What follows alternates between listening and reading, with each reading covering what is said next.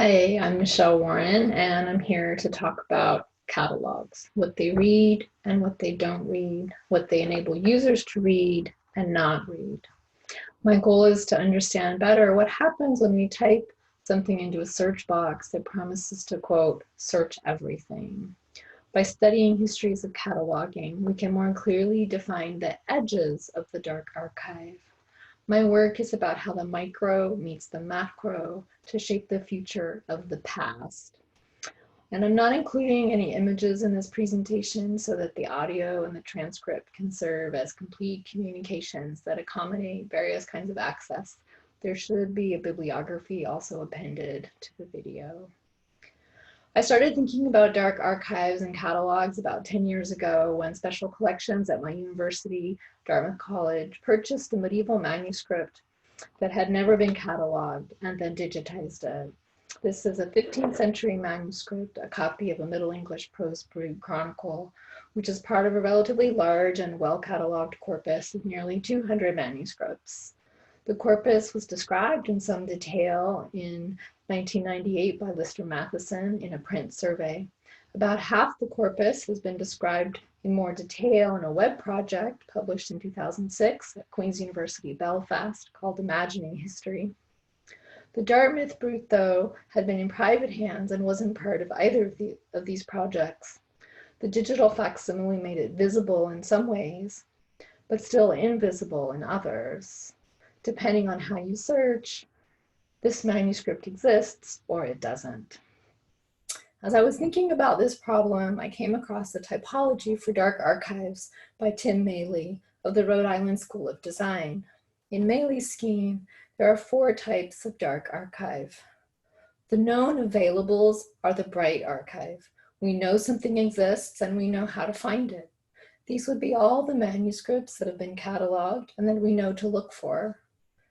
Next come known unavailables. We know something exists, but we can't access it or find it. Many manuscripts fall into this category, such as those in private hands that have been mentioned in print somewhere, but you don't know where they are now, or a digital resource behind a paywall that you haven't paid for. Next are the unknown unavailables, things you don't even know that you could know. The only way to account for this domain is through speculation and conjecture, built from what is known and available. Finally, there are the unknown availables, things that do exist, but that can't be found because they haven't been cataloged or not cataloged in a way that makes them discoverable. This is the dark archive. This is the most challenging area for digital manuscripts. The Dartmouth Brut and its digital facsimile are both often in this category.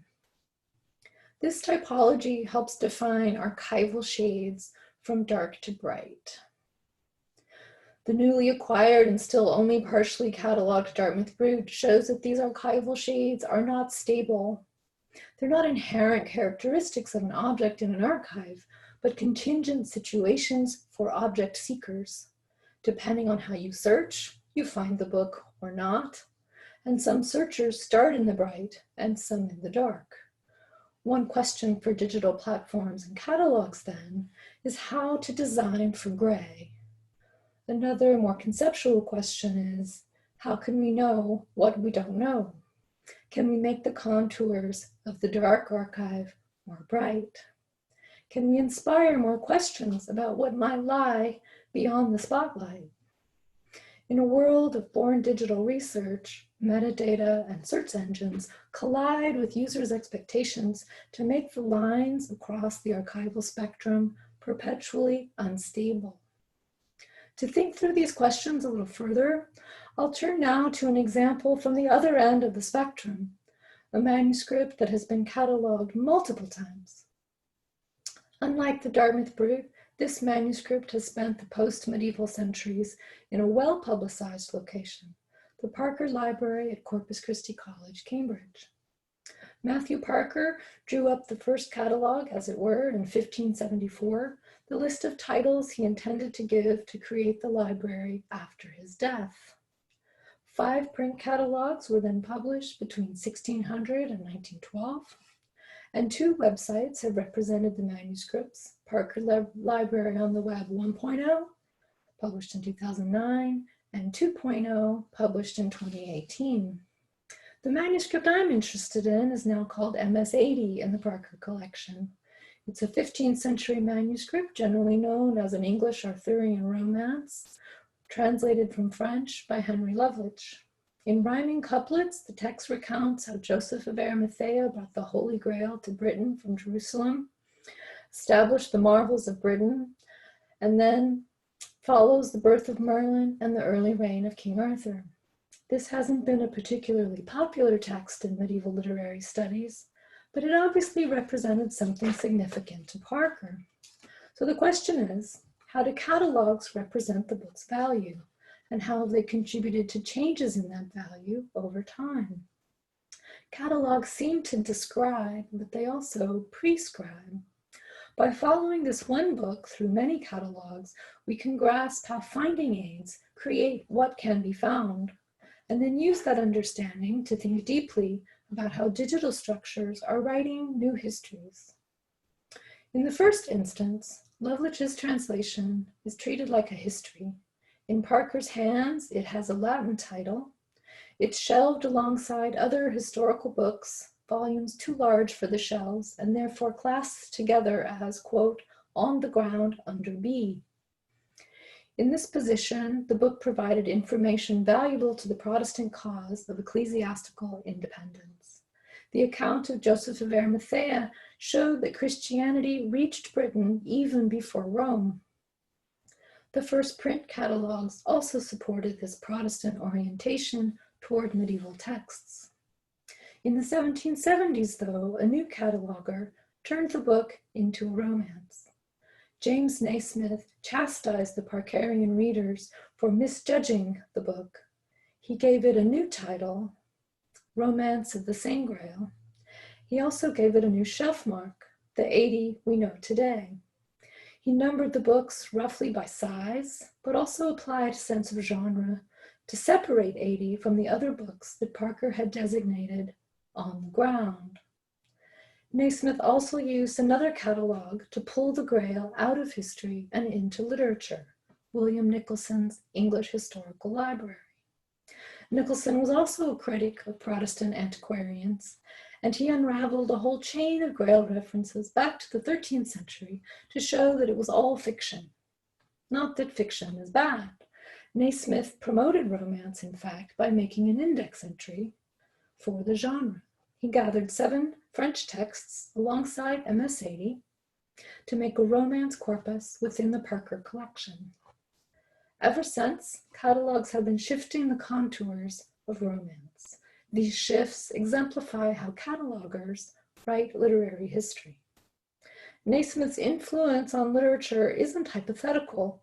Because of the way he described the manuscript, literary historians, starting with Thomas Warton in the 1760s, wrote about it, and because of how they wrote about it, the text was edited, and because it was edited, other literary historians had more to say. Today's digital resources are having similarly direct impacts, some of which are just starting to be traceable. So more than 100 years after Naismith, M.R. James published the still definitive catalog of Parker manuscripts between 1909 and 1912. James removed almost everything that Naismith found interesting about MS-80. He made the book rather difficult to notice. In relation to literary history, the most significant contribution was made by the indexer, Alfred Rogers of Cambridge University Library. Like Naismith, Rogers made an entry for romance in the index. He kept most of the French texts that Naismith had included, but he didn't include MS-80. He also added a few Latin ones, some no more than a paragraph, because of the way that James described them. As a result, some Latin prose fragments became known availables as romances, while the story of the Grail and Merlin became an unknown available in the index of romance. Notions of literary history have changed a lot since James's catalog. Nonetheless, the manuscript descriptions on Parker 1.0 are digital editions of James's descriptions, and Parker 2.0 draws from 1.0. The latest digital resource is tethered to old data. Let me be clear that I am not criticizing this state of affairs, but trying to understand what it means for born digital research. To what extent are new technologies creating new pathways of discovery, and to what extent are they constrained by inherited data to reproduce old pathways? The sequence of data transmission from James to 1.0 to 2.0 needs investigation if we are to understand what kind of archival shade we're working in, if we are to parse the known availables, the known unavailables, and the unknown available. That is, what are the contours of the dark archive? There are many details to parse here, and I'll just focus on the question of romance. If Naismith created a corpus in his index that included MS-80, and Rogers created a different corpus that excluded MS-80, what happens on Parker 1.0 and 2.0? In 1.0, the search for the keyword romance does include MS-80 and produces a corpus that illuminates the work in meaningful ways, even though no one consciously indexed genre as a search category. This corpus includes chronicles, saints' lives, the Bible, romances of Alexander the Great, and Merlin's prophecies. How did this happen? Two primary reasons.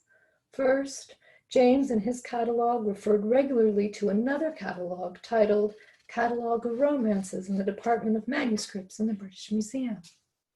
Keyword search thus brings up all these references and gathers their associated manuscripts. So a 19th century catalog became a primary vector of discovery in a 21st century search engine. Second, the 1.0 project team created annotated bibliographies. Whenever a reference or an annotation used the word romance, a corpus could be formed by search. In this way, Parker 1.0 confirms Naismith's original corpus from 1777 and adds what is called by several scholars in the bibliography the first English romance, Apollonius of Tyre, MS 201.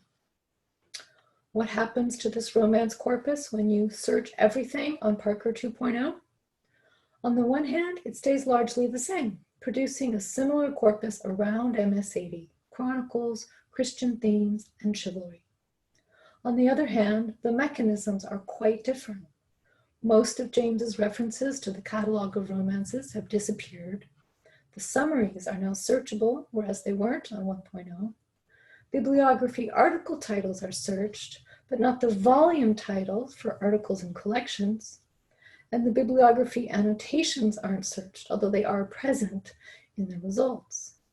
All these details and others affect the specific results for search for romance. The usefulness of these results show that even bad data can produce good results. Even if genre were now added to the data model, the results would project a certain understanding of genre, not a truer corpus. The cumulative effects of platform processing on romance surface at the heart of the shared standards that drive Parker 2.0, AAIF. Shared standards enable aggregation and are the pathways to brighter archives. Parker 2.0, for example, has been aggregated as part of Biblissima, a project designed to unify access to digital manuscripts and digital data, a step toward the ever-elusive Union Catalogue of medieval manuscripts and a fully defined medieval graphosphere. What happens to the search for romance on Biblissima? There, I can connect Parker manuscripts to a host of other items from other collections. But there are only 5 Parker romances because search only covers titles and the colloquial summaries. And MS-80 is not in the corpus. Through the twists of search, it has fallen into the dark archive. And through the twists of technological advancement, the romance corpus looks more like Alfred Rogers from 1912. As bibliographic infrastructure, the succession of Parker catalogues from 1574 to now reveals the fallacy of technological progress. Newer isn't necessarily better. No one catalog has all the information. Metadata have been getting more fragmented, not more complete. Under these circumstances, which aren't at all unique to Parker Library, histories of metadata are vital. For many reasons, when it comes to metadata, there is a vast gap between what is desirable, what is technically possible, and what is feasible within and across institutions. Literary history is written in this gap. The relatively rapid expansion of digital image production is also rapidly expanding and shifting the contours of the dark archive.